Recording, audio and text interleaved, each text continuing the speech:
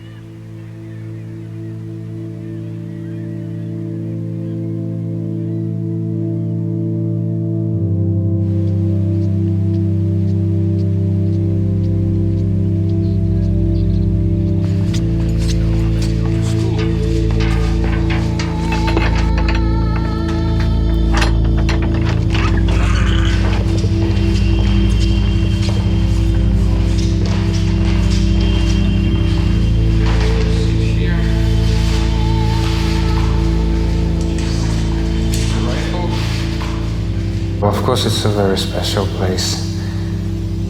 Nothing changes.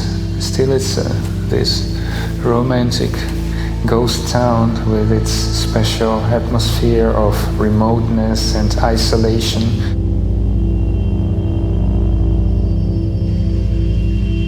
Quietness, tranquility.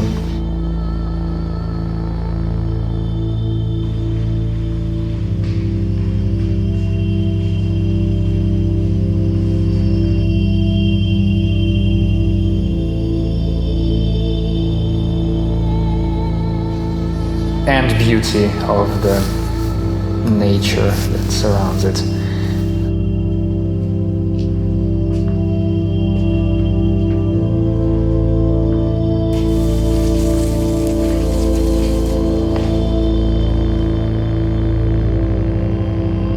I remember my first days in Pyramiden when I was very excited. I remember my meetings with polar bears. I remember my last days in Pyramiden. It was very rainy, foggy and sad.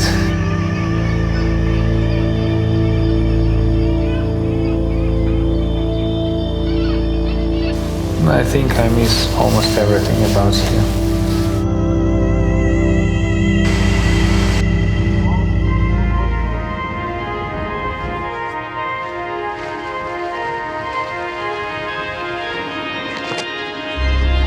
Welcome to Pyramiden, Russian settlement on the Norwegian archipelago. I think is very important about Pyramiden, that it's wilderness. And according to Svalbard rules in wilderness, if you don't have a rifle or a flare pistol, you should have someone. So as I am the guide here, I have a flare pistol. So let's stick in one big group, and so that to frighten the bear, not to be frightened by the bear.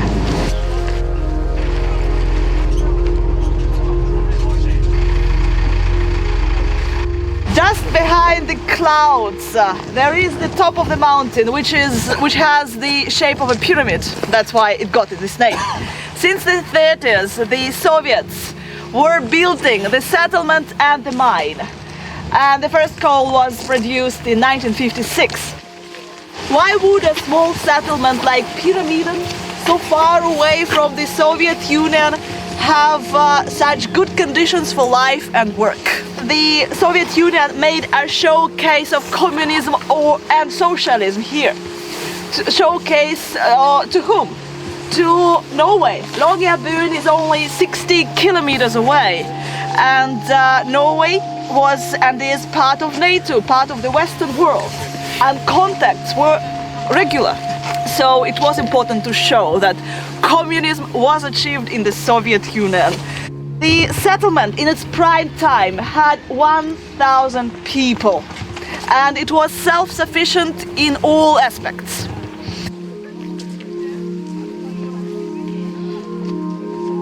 In 1998, a decision was made to close down the settlement and the mine.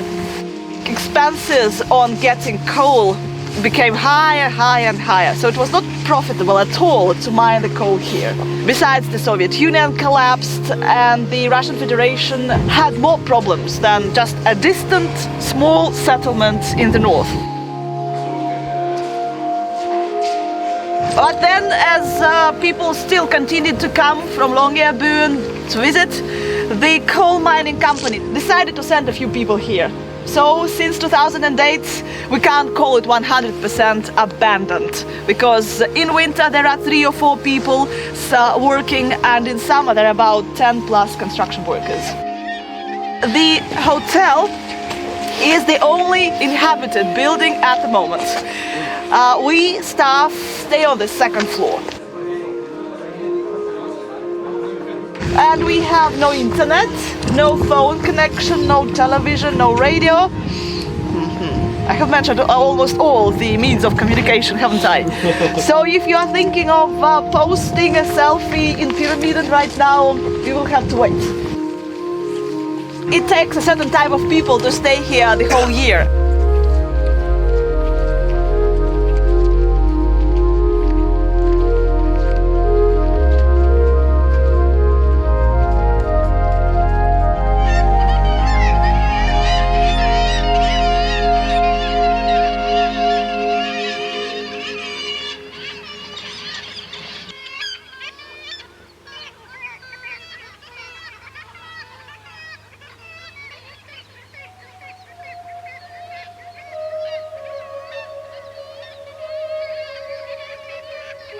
My days were more or less the same. Usually I was starting my day around 8 o'clock in the morning, having breakfast, drinking coffee. Like going to call the office from the only one place where it's possible to get signal.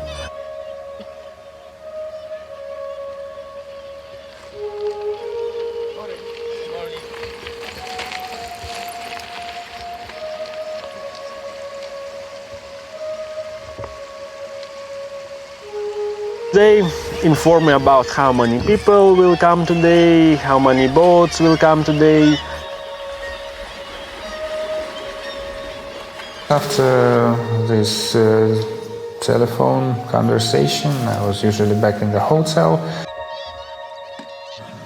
Then I was starting to get ready for guided tours. First boat coming 12 o'clock, second one coming 2 o'clock, and Aurora coming 4 o'clock. Sometimes some tourists who were staying here overnight, they were asking me to assist them as a guide.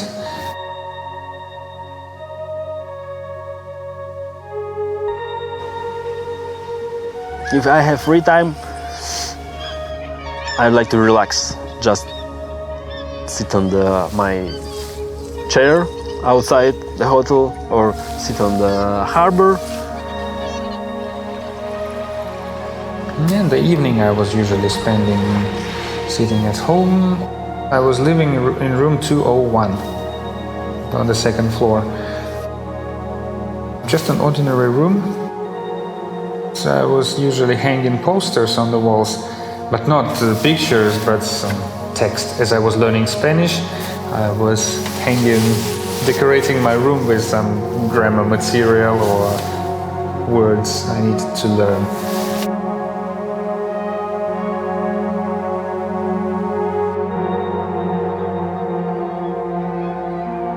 Before coming to Arctic, I was living in Asia. If here you can see that the life is actually having a lot of challenges to survive. There is the opposite.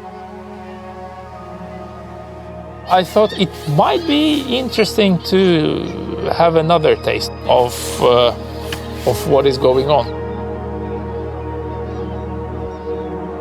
I was trying to make a scientific career.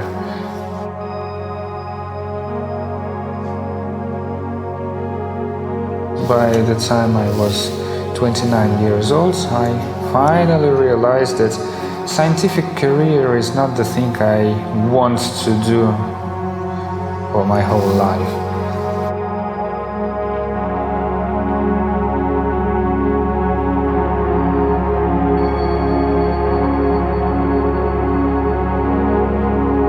I decided to start doing something completely different. It was a big thing, of course. I really needed to move away from St. Petersburg because I was sick and tired of everything about St. Petersburg.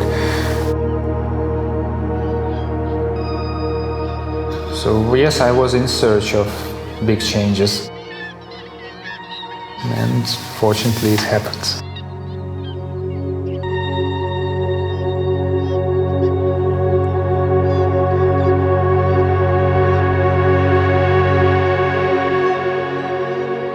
In 2015, I tired from my previous life.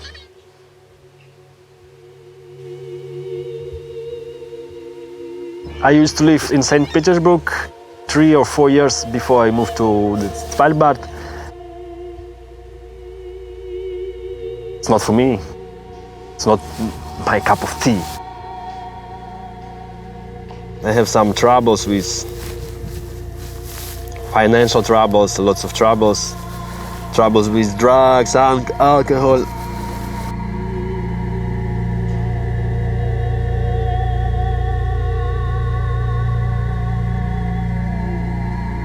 And I decided to escape.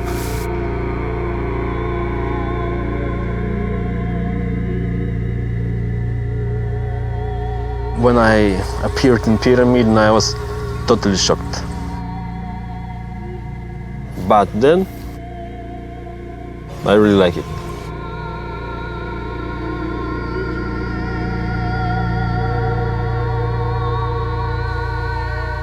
One of the main reasons why I'm here is self-cleaning. Here, slowly but surely, I can put my mind in order. I can set up my mind for positive thinking. It's like a health resort, sanatorium. Pyramid is sanatorium for me. I'm original, I'm unique, I'm without any masks.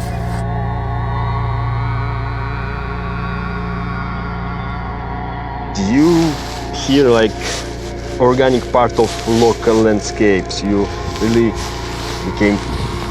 becoming part of this town, and you absorbing the spirit of the pyramid.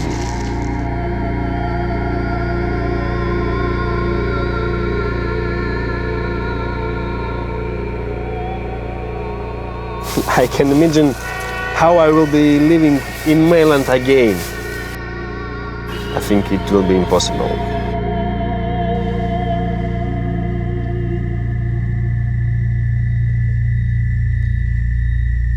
There are people who really feel the need to talk to someone all the time, and it's not about those who live here.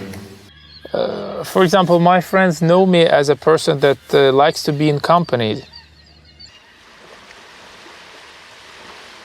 But on the other hand, I can travel alone for days.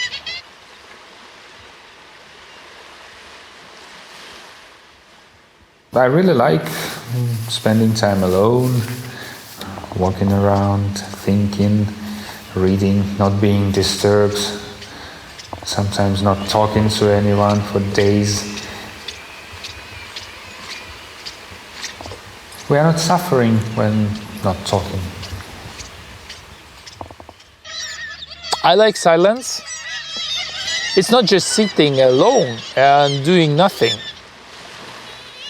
If you are traveling, for example, for several days alone, that's some kind of silence, because you basically don't speak to yourself, but you hear sounds of nature.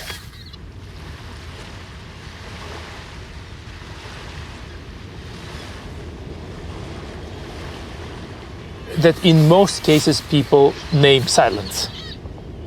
But that's not silence.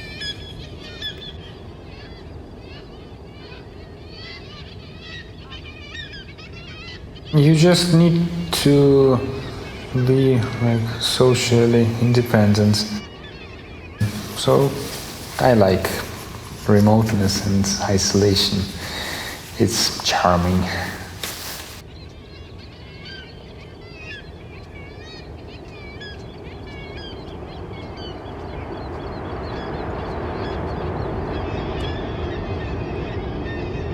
There are no normal people who living in Pyramiden. Everyone is crazy a little bit in his or her own way. Of course, most of the population is introvert.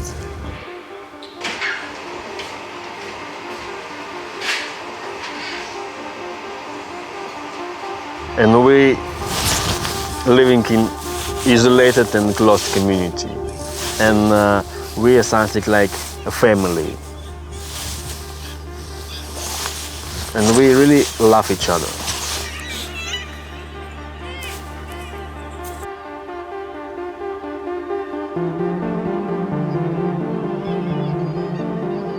It was a sunny day. I was standing at the pier, getting ready to do the guided tour.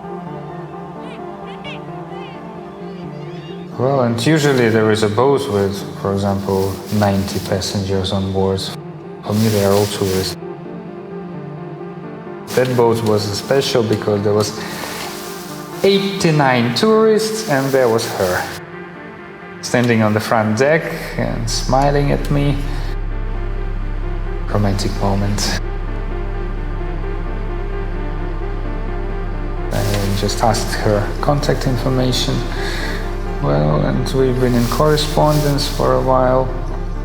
But then she came back, and again, and again. We got a chance to start dating and living together only, well, not so long ago, because previously I was here. Now we live in Longyearbyen. Her name is Gabriela, she is Mexican, and those days I was learning Spanish. No, it's a strange thing because I had a kind of my personal rule not to even try to hang out with tourists because they are tourists and I'm a guide and we should keep distance. Well, but rules are made to be broken.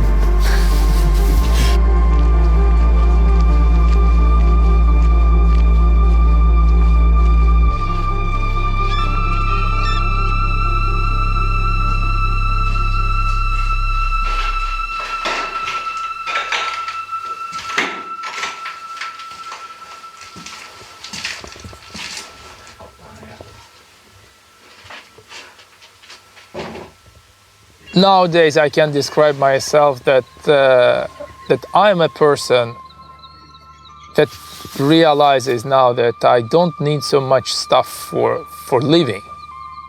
I'm good with just a little bit of stuff, enough to keep me going. Arctic helped me to get rid of this modern opinion that the things, expensive things you buy and wear, that is important. So I managed to get rid of this. That's the very, very right idea that Arctic gives.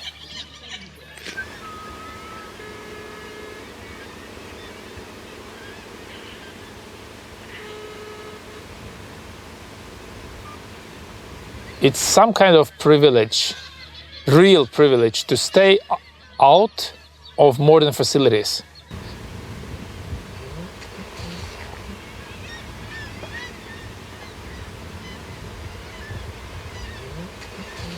I think we are so much focused on what is going every day around the world. So we read news and we are some kind of addicted.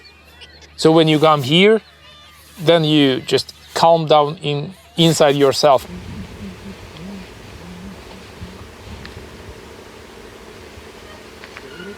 day after day you realize, okay, you are far north and there is no communication. Then you start to think about some maybe questions or problems that you had from before. And then you have time to solve it. Of course, it's not for everyone. Those who are a little bit doubt what way they're gonna choose and what to do with some problems, they can come here. And they can just spend here a bit of time just walking around and thinking, looking at the nature. I think maybe you understand yourself more, what you really want and what you really need.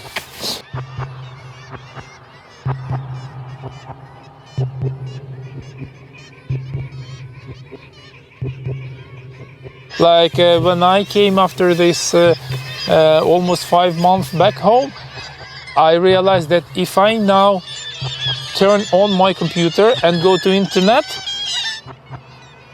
I most probably will be shocked by amount of messages, emails, and all other news. So actually what I did it very, very careful. I did it very careful. I just turned on the computer, I went to check emails, I saw hundreds of emails, and then I just, okay, I will not take it now. And I just closed the computer.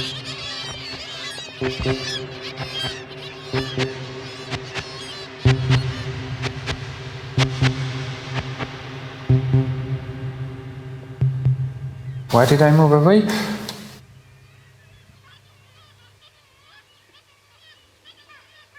I got tired.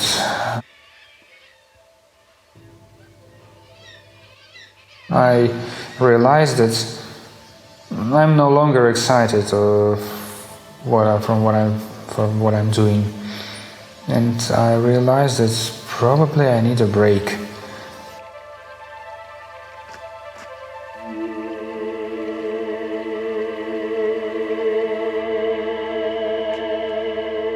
No matter how wonderful Pyramiden is, if you are doing the same thing for 5 years in a row, then the moment comes when you tell to yourself, like, stop. You just need to stop and take a break, do something different.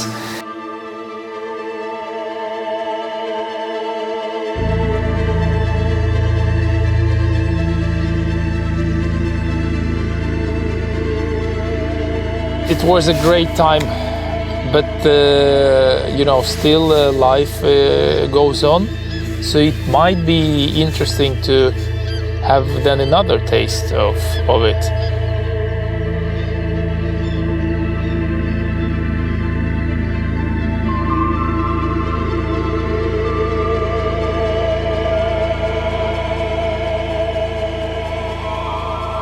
I believe that it's not the end. It's just a break. So I will be back.